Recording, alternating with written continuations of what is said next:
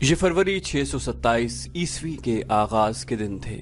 مختلف قبائل کے لڑاکا دستے مکہ میں جمع ہونے لگے۔ ان قبائل میں سب سے زیادہ فوج غطفان کی تھی۔ اس کی تعداد 3000 تھی۔ 700 آدمی بنو سلیم کے تھے۔ بنو اسد نے بھی خاصی فوج بھیجی تھی، جس کا سالار طلحہ بن خلید تھا۔ قریش کی اپنی فوج کی تعداد 4000 پیادہ اور 300 گھڑ سوار اور 1500 شتر سوار تھی۔ اس پورے لشکر کی تعداد جو مدینہ پر فوج کشی کے لیے جا رہی تھی کل 10,000 تھی۔ اس کی کمان ابو سفیان کے ہاتھ میں تھی۔ ابو سفیان نے اس متحدہ فوج کو جمعیت القبائل کہا تھا۔ ان میں سے کچھ قبائل مکہ میں نہیں تھے۔ انہوں نے اطلاع دی تھی کہ جب لشکر مکہ سے روانہ ہوگا تو وہ اپنی اپنی بستیوں سے کوچ کر جائیں گے اور راستے میں لشکر سے مل جائیں گے۔ خالد کو آج وہ وقت یاد آ رہا تھا جب اس نے مکہ سے کوچ کیا تھا۔ لشکر کا تیسرا حصہ ان کی کمان میں تھا۔ اس نے ایک ٹیکری پر گھوڑا چڑھا کر وہاں سے اس تمام لشکر کو دیکھا تھا۔ اسے لشکر کے دونوں سرے نظر نہیں آ رہے تھے۔ دف اور نفریاں اور شہنائیاں اور لشکر کی مترنم آواز جو ایک ہی آواز لگتی تھی خالد کے خون کو گرما رہی تھی۔ اس نے گردن تان کر اپنے آپ سے کہا تھا کہ مسلمان پس کر رہ جائیں گے۔ اسلام کے ذرے عرب کی ریت میں مل کر ہمیشہ کے لیے فنا ہو جائیں گے۔ یہ اس کا عزم تھا۔ یہ لشکر 24 فروری 627 عیسوی بمطابق 1 شوال ہجری مدینہ کے قریب پہنچا۔ قریش نے اپنا پڑاؤ اس جگہ ڈالا جہاں احد کی لڑائی کے لیے خیمہ زن ہوئے تھے۔ وہاں 2 ندیاں آ کر ملتی تھیں۔ دوسرے تمام قبائل احد کی پہاڑی کے مشرق کی طرف خیمہ زن ہوئے۔ قریش نے یہ معلوم کرنے کے لیے کہ مدینہ کے لوگوں کو قریش کی لشکر کی آمد کی اطلاع ملی ہے یا نہیں، 2 جاسوس تاجروں کے بھیس میں مدینہ بھیجے۔ ابو سفیان اور اس کے تمام نائب سالاروں کی خواہش اور کوشش یہ تھی کہ مدینہ والوں پر بے خبری میں حملہ کیا جائے، لیکن دوسرے ہی دن قریش کا ایک جاسوس جو یہودی تھا مدینہ سے آیا۔ اس نے ابو سفیان کو بتایا کہ مسلمانوں کو حملہ آور لشکر کی آمد کی اطلاع مل چکی ہے۔ مسلمانوں میں خوف و ہراس پھیل گیا تھا۔ اس یہودی جاسوس نے بتایا کہ سارے شہر پر خوف طاری ہو گیا تھا، لیکن محمد اور اس کے قریبی حلقے کے آدمیوں کی للکار پر مسلمانوں کے دل مضبوط ہو گئے۔ گلی کوچوں میں ایسے اعلان ہونے لگے جن سے تمام شہر کا جذبہ اور حوصلہ اود کر آیا اور مسلمان لڑائی کے لیے ایک جگہ اکٹھے ہونے لگے۔ میرے خیال میں ان کی تعداد 3000 سے زیادہ نہیں ہوگی۔ مورخ لکھتے ہیں کہ مسلمانوں کی تعداد 3000 سے زیادہ نہ تھی۔ انہیں اطلاع مل چکی تھی کہ مدینہ پر حملے کے لیے جو لشکر آیا ہے اس کی تعداد 10,000 ہے، جس میں سینکڑوں گھڑ سوار اور شتر سوار بھی ہیں۔ اس وقت تک عرب کی سرزمین میں کسی لڑائی میں اتنا بڑا لشکر نہیں دیکھا گیا تھا۔ تعداد کو دیکھا جاتا اور فن حرب و ضرب کے پیمانے سے دونوں اطراف کو ناپا تولا جاتا تو مسلمانوں کو لڑے بغیر ہتھیار ڈال دینے چاہیے تھے، یا وہ رات کی تاریکی میں مدینہ سے نکل جاتے اور کسی اور بستی میں اپنا ٹھکانہ بناتے۔ کوئی سوچ بھی نہیں سکتا تھا کہ 3000 مسلمان 10,000 کے لشکر کا مقابلہ ذرا سی دیر کے لیے بھی کر سکیں گے۔ 10,000 لشکر نہایت آسانی سے مدینہ کی اینٹ سے اینٹ بجا سکتا تھا، لیکن یہ حق اور باطل کی ٹکر تھی۔ یہ اللہ کے آگے سجدے کرنے والوں اور بت پرستوں کا تصادم تھا۔ خدا کو حق کا ساتھ دینا تھا۔ خدا کو اپنے اس عظیم پیغام کی لاج رکھنی تھی جو اس کی ذات باری نے غار حرا میں عرب کے سپوت کو دیا تھا اور اسے رسالت عطا کی تھی۔ خدا ان کا ساتھ دیتا ہے جن کے دلوں میں حق اور صدق ہوتا ہے۔ یہ نبی کریم صلی اللہ علیہ وسلم کی للکار تھی جو مدینے کے گلی کوچوں میں سنائی دے رہی تھی۔ لیکن اے اللہ کی عبادت کرنے والو، خدا تمہارا ساتھ اسی صورت میں دے گا جب تم دلوں سے خوف و ہراس نکال کر ایک دوسرے کا ساتھ دو گے اور اپنی جانیں اللہ کی راہ میں قربان کر دینے کا عزم کرو گے۔ جو ہمارے اللہ کو نہیں مانتا اور جو ہمارے دین کو نہیں مانتا وہ ہمارا دشمن ہے اور اس کا قتل ہم پر فرض ہے۔ یاد رکھو، قتل کرنے کے لیے قتل ہونا بھی پڑتا ہے۔ ایمان سے بڑھ کر اور کوئی طاقت نہیں جو تمہیں دشمن سے بچا سکے گی۔ تمہیں دفاع مدینے کا نہیں اپنے عقیدے کا کرنا ہے۔ اگر اس عزم سے آگے بڑھو گے تو 10,000 پر غالب آ جاؤ گے۔ خدا سوئے ہوئے یا خوفزدہ انسان کو معجزے نہیں دکھایا کرتا۔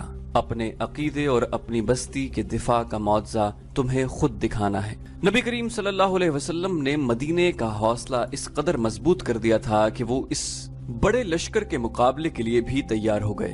لیکن رسول خدا صلی اللہ علیہ وسلم اس سوچ میں ڈوب گئے تھے کہ اتنے بڑے لشکر سے مدینہ کو بچانا کس طرح ممکن ہو سکتا ہے۔ آپ صلی اللہ علیہ وسلم کو یہ تو پورا یقین تھا کہ خدا حق پرستوں کے ساتھ ہے، لیکن حق پرستوں کو خود بھی کچھ کر کے دکھانا تھا۔ بچاؤ کی کوئی صورت نظر نہیں آ رہی تھی۔ خدا نے اپنے نام لیواؤں کی مدد کا انتظام کر رکھا تھا۔ وہ ایک انسان تھا جس نے عمر کے آخری حصے میں اسلام قبول کیا تھا۔ اس انسان کا نام سلمان فارسی تھا۔ سلمان فارسی رضی اللہ عنہ آتش پرستوں کے مذہبی پیشوا تھے، لیکن وہ شب و روز حق کی تلاش میں سرگردہ رہتے تھے۔ وہ آگ کو پوجتے تو تھے، لیکن آگ کی تپش میں اور چمک میں انہیں وہ راز نظر نہیں آتا تھا جسے وہ پانے کے لیے بےتاب رہتے تھے۔ عقل و دانش میں ان کی ٹکر کا کوئی نہیں تھا۔ آتش پرست انہیں بھی اسی طرح پوجتے تھے جس طرح آگ کو۔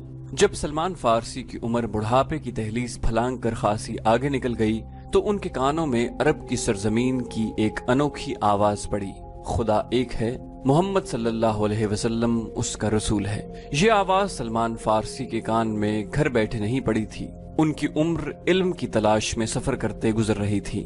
وہ تاجروں کے قافلے کے ساتھ شام میں آئے تھے، جہاں قریش کے تاجروں کے قافلے اور کچھ مسلمان تاجر بھی جایا کرتے تھے۔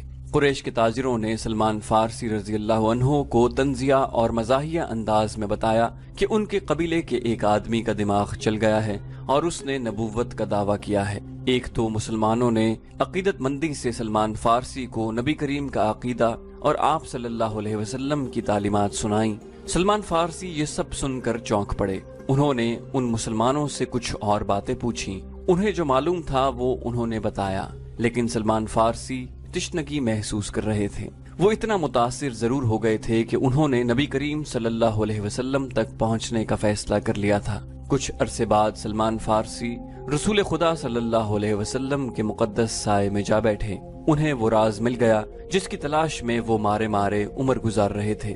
انہوں نے رسول اللہ صلی اللہ علیہ وسلم کے دست مبارک پر اسلام قبول کر لیا۔ اس وقت تک سلمان فارسی رضی اللہ عنہ بڑھاپے کے آخری حصے میں پہنچ چکے تھے۔ اپنے ملک میں سلمان فارسی صرف مذہبی پیشوا ہی نہیں تھے، وہ جنگی علوم کے ماہر تسلیم کیے جاتے تھے۔ اس دور کے مذہبی پیشوا بھی جنگ و جدل اور سپاہ گری کے ماہر ہوتے تھے۔ علم و ادب کے عالم بھی سپاہی ہوتے تھے، لیکن سلمان فارسی رضی اللہ عنہ کو خدا نے جنگ و جدل کے امور میں غیر معمولی ذہانت دی تھی۔ اپنے ملک میں جب کوئی لڑائی ہوتی تھی یا دشمن حملہ آور ہوتا تو سلمان فارسی کو بادشاہ طلب کر کے صورتحال ان کے آگے رکھتا اور مشورے لیتا۔ نامور سالار بھی ان کے شاگرد تھے۔ وہ سلمان فارسی اس وقت مدینہ میں رسول اکرم صلی اللہ علیہ وسلم کے صحابہ کرام میں شامل تھے۔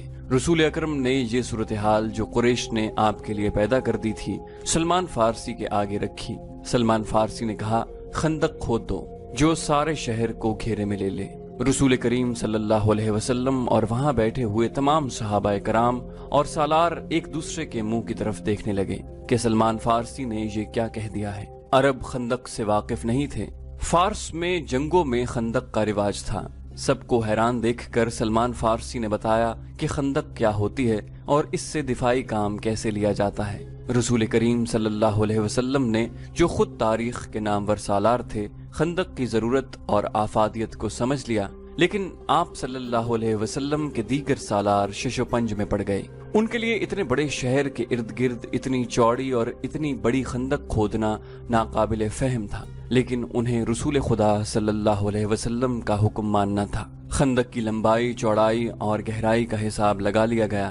رسول خدا نے خندق کھودنے والوں کی تعداد کا حساب کیا۔ آپ صلی اللہ علیہ وسلم نے کھدائی کا کام اس تعداد پر تقسیم کیا تو 110 آدمی کے حصے میں 40 ہاتھ کھدائی آئی۔ تو رسول خدا صلی اللہ علیہ وسلم نے دیکھا کہ لوگ خندق کو ابھی تک نہیں سمجھے اور وہ کھدائی سے ہچکچا رہے ہیں، تو آپ نے کدال اٹھائی اور کھدائی شروع کر دی۔ یہ دیکھتے ہی دیکھتے مسلمان کدالیں اور بیلچے لے کر نعرے لگاتے ہوئے زمین کا سینہ چیرنے لگے۔ ادھر سے اس وقت کے ایک شاعر حسان رضی اللہ عنہ بن ثابت آ گئے۔ حسان مشہور نعت گو تھے جنہیں رسول اکرم صلی اللہ علیہ وسلم اکثر اپنے ساتھ رکھا کرتے تھے۔ اس موقع پر جب مسلمان خندق کھود رہے تھے، حسان رضی اللہ عنہ نے ایسے اشعار ترنم سے سنائے کہ خندق کھودنے والوں پر وجد اور جنون کی کیفیت طاری ہو گئی۔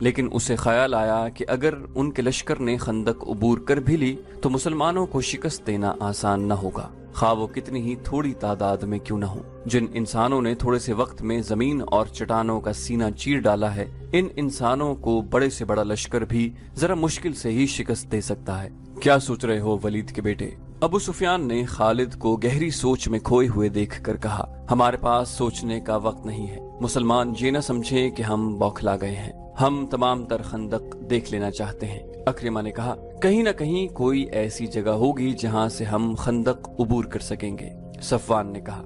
خالد نے خود اعتمادی سے کہا، محاصرہ، مسلمان خندق کھود کر اندر بیٹھ گئے ہیں، ہم محاصرہ کر کے باہر بیٹھے رہیں گے، وہ بھوک سے تنگ آ کر ایک نہ ایک دن خود ہی خندق کی اس طرف آ جائیں گے۔